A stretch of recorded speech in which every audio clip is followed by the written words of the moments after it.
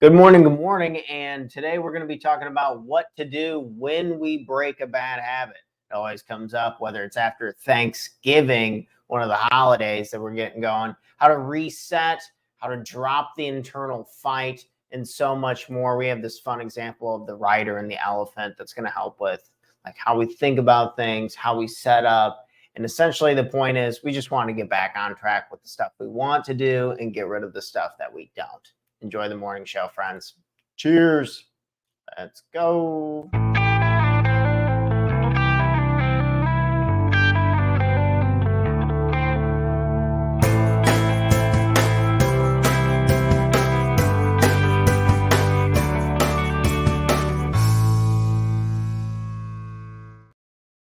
Good morning, and welcome back to another episode of the Chalk Chair Morning Show, where we go over tips, ideas, tricks, and exercises to help make you the absolute best version of yourself, not only for yourself, but for the people you love and care about most. Good morning, everyone. I'd be lying to say I wasn't really tired this morning.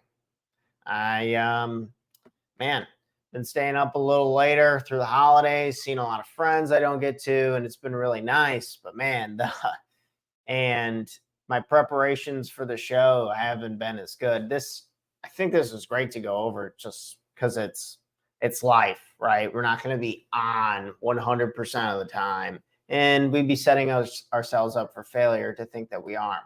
I think there's an epidemic that's absolutely going on, and it's the internal dialogue battle that we all have. So I want to do great things. I want people to take the one-page life plan class. I want it to blow up and be a big training that helps a lot of people across the world. And then if I'm not on 100% of the time, I feel bad about it. I feel like, oh man, I'm too tired to do the show, or I'm behind, I'm not prepared, or this and that. And the internal dialogue. And I think in your own situation, that voice in your head that you're kind of talking to constantly, the self-talk of the things that you need to do, the things that you want to do, but you don't actually do them. So there's a gap, and then there's a bit of a fight. So the goal is for us to drop this fight and not take life so serious. It turns out life's not that serious, but we do want to head in the right direction. We do want to have good habits. So we're going to go over a strategy of what's the best way to get back on track after you do break a habit. Say if you indulged in food and you want to get start eating healthier after a holiday, or if you want to cut alcohol out, or you want to quit nicotine, or if you want to stop watching TV, if you want to pick up that writing habit. What are the bad things we want to get rid of? And what are the good things that we want to implement to get where we want to go? Make the most out of our lives, right? We're just not here very long. So I got an example that I want to draw on the board. Good morning. Thanks for tuning in this morning. So with the habits, we're going to it's all about finding your bar. So you find your bar. I have an example on here. So we want to start very small. So this is about habit building. This is what to do when you break a habit. This diaphragm works. This has been working really well for me for posting on social media, for doing morning shows, for prospecting, for writing stuff. I'm working on another writing project. We have habits. Okay. So then you have your starting point. So this is where you would start. So say if you're starting with any habit, say if you have a running habit, I would recommend that you walk. Start with walking. So we're starting with walking, and we do this for the best time frame I've had for setting habits or quitting bad ones. For the bad ones, you just don't do them. And I've had really good success with the 14-day mark. 14 days.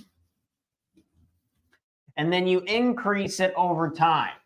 So we're increasing the habits over time as we kind of continue to go up. And then we're hitting a new bar. And then we're doing this new one for 14 days.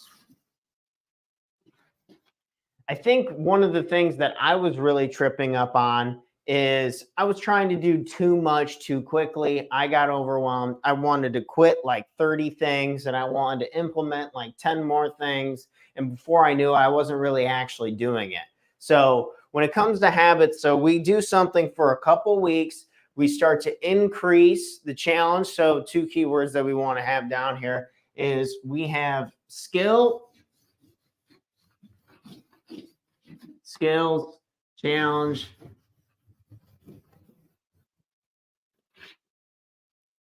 We want to gradually increase the challenge so it matches our skills. And we want to make sure we have a fine dance with this, because if we don't push ourselves hard enough, we're going to be bored and not do it. But if our skills aren't good enough and the challenge is too hard, we're going to get overwhelmed and shut down. That's what happens to me anyway. So we're building it. We have a starting point. Say if we're walking for a while, the exercise example is always money, easy to relate to. So say if we're walking for a while and then we're gradually starting to run, and then Turkey Day comes, holidays come, we start eating a whole bunch of food. And so we take a break. So this is a break. Pretend this is these little X's. This represents us taking a break. Say if we take a day off or whatever. So yesterday I flopped. I did not do the morning show. I didn't have my stuff ready. It was Thanksgiving. Had to get stuff ready for being with family and getting the house clean and all that stuff. And shout out to my girlfriend, threw on an incredible Thanksgiving feast. So thanks again, honey. That was awesome. But I did take a break from it. So I took a break. So now where do I start again? Is the misconception is people will come back into their habits and they'll try and start here again. They'll try and pick back up right where they left off after they have been building up this muscle. And I think this is a huge mistake. I think this is too much of a challenge. And I think it becomes very overwhelming. And then that internal dialogue, this fight with ourselves comes to creep back in, and then it's a battle again. So where I think the huge advantage is finding your bar. So after you take a break from a habit, you don't start where you're just left off. I know it's really tempting to want to do that. Say if you've been sick, or an example in that one Peter Ludwig book that I liked a lot, he was talking about like a runner, even though you've been sick, you want to just get back up there and you want to hit another PR with your running. But ideally, we should just restart back at the base. And we're going to have to start back down here again just to ensure that we start. The hardest part about anything is always starting. So we're going to have to reset that bar. Common mistake. So this would be, let's just label this a mistake. And you can always do more, but it's more about starting than anything. So for example, with the cold showers, I was doing really well. I was doing cold showers, and then I took a break. And then this morning, every inch of my body did not want to take an ice cold shower. Even though I knew it was going to make me feel better. I knew it was going to wake me up. I knew it was going to get me primed to do the morning show. But man, I wanted to fight it so bad. So I only did like 1 minute. I usually try to do 3 minutes. And so I reset the bar down here. And now I'm going to do 1 minute for the cold shower again for like a week, say like 7 days. I'm just trying to guarantee that I'm doing it. And then we build back up to this original bar where we're at that 3 minute mark. Or say if in the walking example, you started running for a mile, and we're just going to start walking again. Main thing is we just want to start. So if you do have to take a break, we just want to start. We do this for 7 days or so, and then we build back up the habit, and then we let it level out, and then we keep building gradually over time. But really the key point here today is this: when we take breaks and we have a gap, we got to stop beating ourselves up so bad when we're not ready to just jump back to the really high bar where we were previously at, and being humble enough and okay and forgive ourselves that we need to come back down to the basics, build it back up. So whatever habit that could be, say if you have a problem with smoking and then you've gone like a couple weeks without smoking, and then you do happen to smoke that day, there's no reason to beat ourselves up. I think we're doing so much more damage just from beating ourselves up and dropping the fight than we went over the circle of death. So say if we do a bad action, then we feel bad about it, and then it's just this perpetuating cycle, and then it makes us say want to smoke even more. So if we can forgive ourselves and give ourselves like it is a win. So we build a bad habit, we build up a great habit, we take a break from it because the Thanksgiving holiday's life, right? We're not going to be on 100% of the time. And then we pick it up again, and then we're building it back up. And then things just take time. And what's this even for? Is it to enjoy it? Am I in a rush to go succeed in something specific? I think just not being as hard on ourselves is a key component to having a lot of good habits. And this is what I've been using and implementing, and it's been helping a lot. So for example, on the social media front, dropped it for a day, and now I'm coming back on. I'm going to do this, and then I've won the day. If I do more, awesome. That's fantastic. But if I don't do more, then I know that I still got back on the horse. I'm still moving in the right direction, and I feel good about that. And I think this has really helped me feel good more often and not just beat myself up all the time. When we really think about our suffering, like, who is creating the suffering? I think this is a good question to ask, to sit back and just be like, who's causing the pain here? I know I feel a lot of negative emotion, a lot of pain, frazzle, razzle, and it's like, who's creating this? And to my understanding, it's me. And I think just working on my internal dialogue, being more graceful with myself, and then continuing to implement these actions and follow this habit cycle, and I think it can just make it a lot easier to stay more consistent with our habits and the things that we need and want to do. But that's all I really want to talk about. I wanted to run through this a little bit. So if we think of our brains, there is in the reptilian brainstem. So we have that's our instincts. So if you're thirsty, you're going to go drink some water. If you're hungry, you're going to go eat some food. Think of very basic things with that. Then you have your emotions, the limbic system. So this is like being scared. So if I'm scared of something, I'll avoid it so I don't get hurt. And then logic is like being able to do like mathematics or plan for the future or these types of things, right? So I think emotions are so much more powerful than logic. Like logically, I knew that I really should be taking a cold shower. It's going to wake up, shake up the mitochondria and give me a bunch of energy for the day. I know it's great for me, but my emotions are like, that's uncomfortable and I want to avoid that at all costs. Like the emotions want to avoid the uncomfortability, but being uncomfortable is what causes us to grow and what causes us to continue to evolve and become better versions of ourselves. So it's a little bit of this fight. And there's a cool analogy called the rider and the elephant. So you can think of just outside of the instincts, the brainstem. So you go to the next level, you have the limbic system and you have your emotions. You can think of that as the elephant because your emotions are like, thinking of a little person and then thinking of a massive elephant. And this analogy works really great because the massive elephant represents how powerful your emotions really are. Humans are emotional creatures. We act off of emotions. That's why entertainment, like commercials, everything is all emotional driven because that's what's going to get people to make decisions and to buy, spend money, give their time and attention or whatever, your most valuable assets.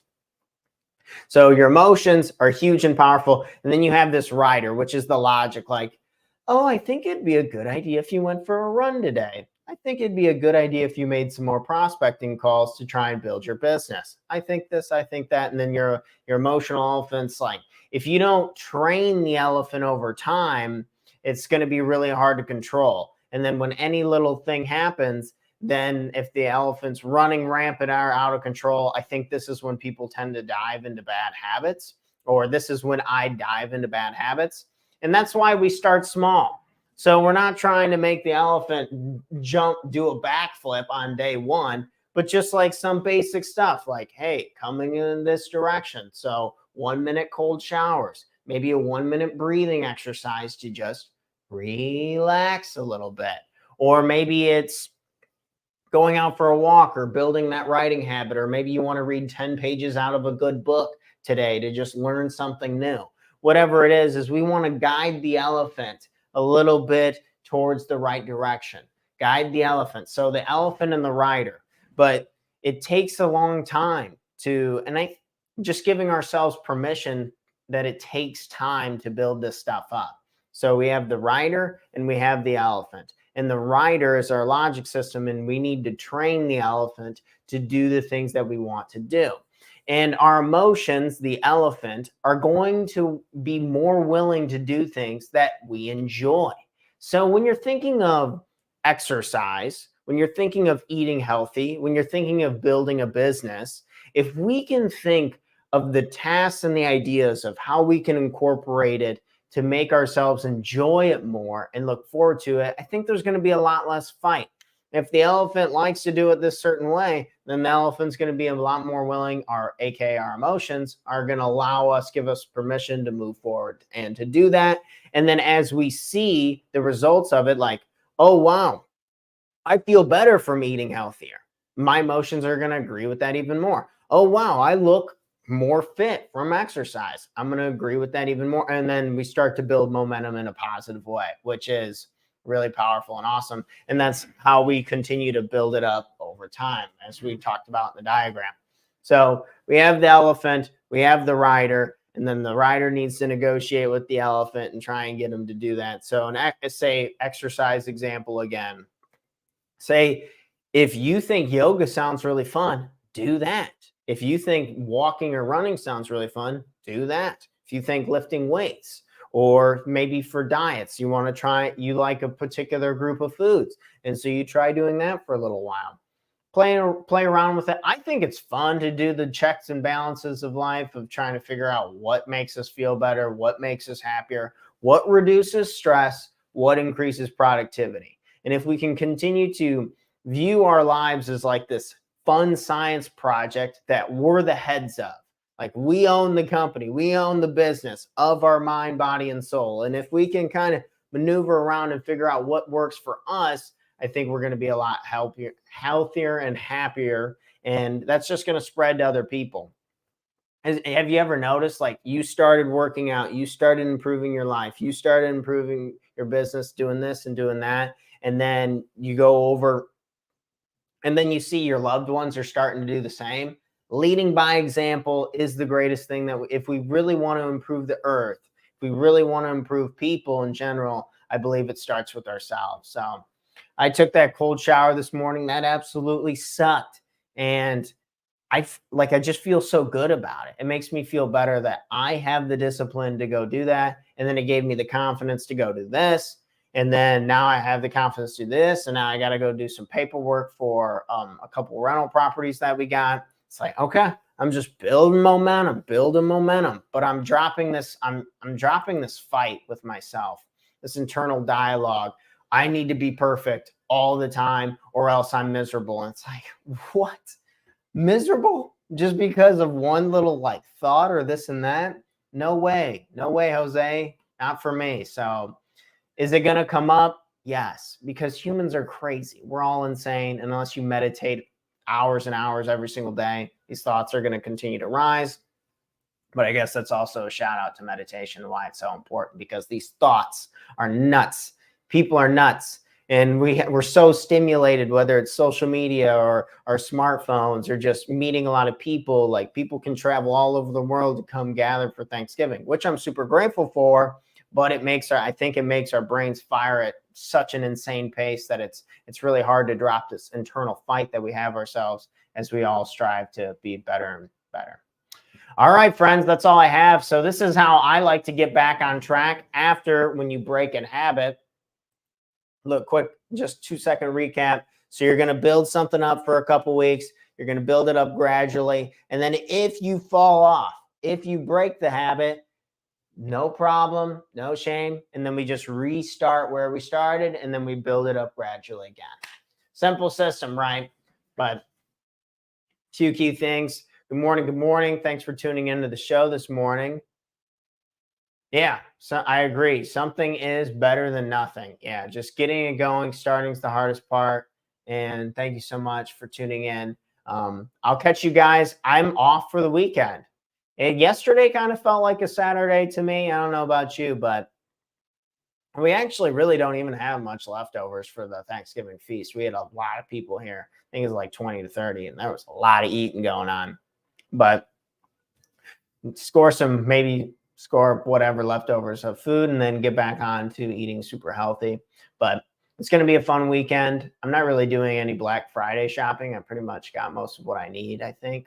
And maybe I'll browse a little bit. But you guys have an incredible Friday. If you need to rest, get some rest. If you want to do some reading, if you want to do some writing, think of the good habits that you want to pick up. Maybe you just want to avoid the bad ones. That's the victory for today. You just don't want to drink or you don't want to smoke or whatever.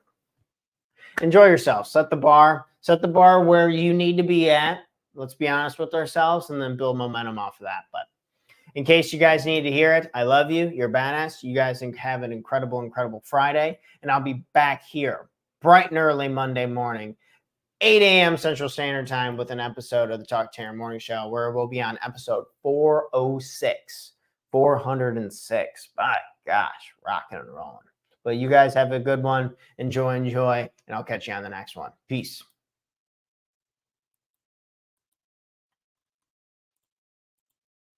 Oh, I was going to play the outro, but...